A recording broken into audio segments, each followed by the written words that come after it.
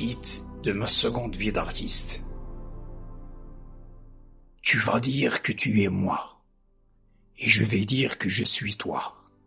Et nous allons rire comme des enfants. Nous allons rire comme un narcissique face à son reflet de vieux handicapés, à eux. Je ne dis jamais « je vais crier », mais je me mets à crier parce que je pense en acte.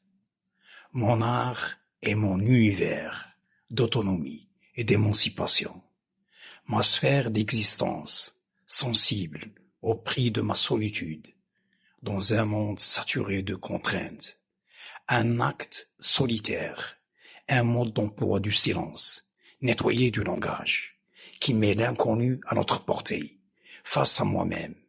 Enfermé dans ma libre solitude, je réalise mes travaux avant tout pour ma propre délectation, à travers desquels je ne cesse de me revoir, pour explorer le moi.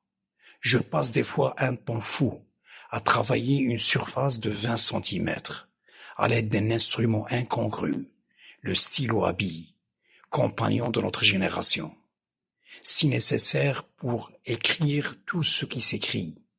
Il est mon instinct et mon guide, ma lumière noire, pour ne pas m'égarer dans la souffrance.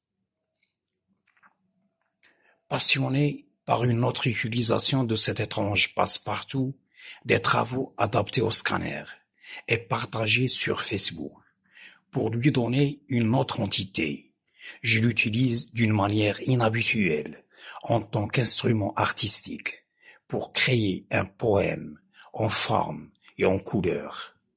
Mes couleurs, c'est aussi mon euphorie et ma douleur.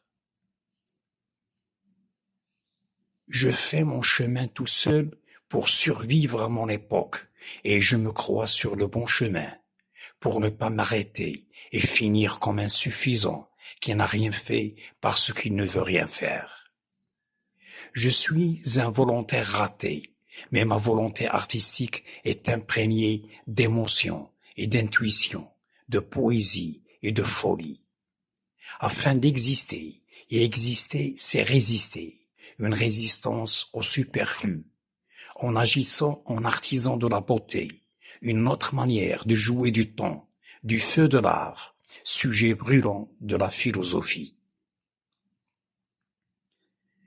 L'émotion, c'est le trait et la couleur, et il n'y a pas de plus difficile que le trait, le seul axiome de mon travail, sinueux et souple comme la ruse, brisé comme l'accident, droit et bête comme la franchise, simple comme l'ignorance, complexe comme l'intelligence, flatteur, séduisant, obscur et rebelle.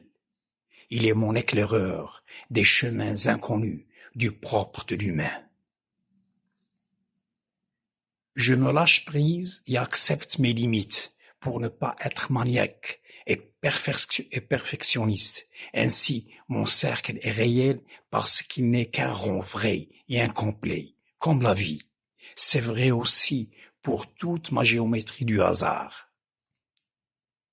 La folie, c'est cette architecture du chaos, transcendante du temps, de la bêtise et de l'ignorance. Tandis que la couleur ou la non-couleur, je veux dire le noir, c'est une métaphore de mon angoisse vitale, de mon isolement et ma solitude. Un noir qui éclaire de l'intérieur contre la violence de la lumière. Le noir est obscur et je trouve plus de clarté et de liberté dans l'obscurité que dans la lumière. Ainsi, je suis forcé à voir dans le noir, à sentir la lumière dans les teintes nocturnes, d'autant plus que notre existence elle-même est obscurcie, incertaine et inintelligible. La couleur blanche, elle aussi, est une non-couleur. Elle n'est pas non plus une lumière, elle est mon vide absolu, mon amour platonique perdu. Elle me plonge dans une vibration aveugle, d'attente et de tâtonnement, comme une toile vierge qui fait peur, qui n'admet pas l'erreur, puisqu'elle est puisqu'elle incarne la pureté. Elle est froide, mais excite l'émotion et pousse à la transgression. Elle aussi a ses nuances qui ne sont nullement innocentes. L'interaction hasardeuse entre mes deux sans couleur est la synthèse de mes créations. Le public n'y est pas, parce qu'il faut aller le chercher dans les rouages de l'histoire, du Moyen Âge, et je n'ai pas le temps de mener un si malheureux voyage. Vu que je ne suis pas de cette race, et je le crie haut et fort, dans un monde où la carence d'intensité de la foi en l'art est destructive. Je ne suis qu'un artiste libre, ni de la race des bons artistes, ni de celle des faux créateurs.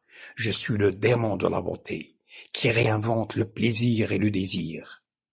Ma solitude, c'est être artiste, et ici être artiste, c'est vivre son art. Et vivre son art, c'est être à la marge. Vivre une existence sensible, indépendante, assumer l'extraordinaire au cœur de l'ordinaire. Je veux dire le quotidien. Mes apparitions surgissent du cœur d'un tourbillon de poussière, une poussière de phosphate qui recouvre les esprits et les regards. Je fais de l'art pour ne pas être conforme aux règles admises, pour ne pas tomber dans l'abîme de l'oubli, pour que ma vie ne soit pas réduite à la seule dimension du vécu, pour être plus que je suis, pour changer notre rapport avec le monde. Mon terrain d'action est la haute réalité, c'est-à-dire l'imagination, représenter l'irreprésentable et penser l'impensable, puis le transformer en sensible. Puisque je ne suis pas un miroir, je suis son rival. Je vois l'exceptionnel dans l'ordinaire. Je représente ce que je vois en moi, et non pas ce que je vois devant moi. Et que serions-nous sans ce qui ne se voit pas? Je suis le genre d'artiste qui ne renonce jamais. Mes maladies, l'amputation de mes deux jambes, sont pour moi des années gagnées sur la mort. Et je m'aperçois que ma première vie est déjà derrière moi. Dès lors, une autre vie artistique de plus. Pour meubler ma mobilité réduite, je ne cesse de creuser le sillon de ma passion, ce qui me renvoie à mes instincts primordiaux. Une autre aventure, ouverte sur l'inconnu. Je suis une nébuleuse artistique d'où sortirai plus tard, par vieillissement et après la mort et refroidissement, de l'amour et de l'amitié, puisque mon art n'est pas engagé. Il commence là où la politique se perd. C'est aussi parce que la politique, à travers l'histoire, avait toujours fait mal à la majorité, au profit d'une minorité. Mon art ne raconte rien, sans sujet. Il est une trace, un geste, un mensonge pour conquérir la réalité. Mon art est l'archive vivant de ma propre personne, un art amoral qui ne se charge d'aucun message, ni commenter les malheurs du temps, et pour cela l'intelligence ne suffit pas.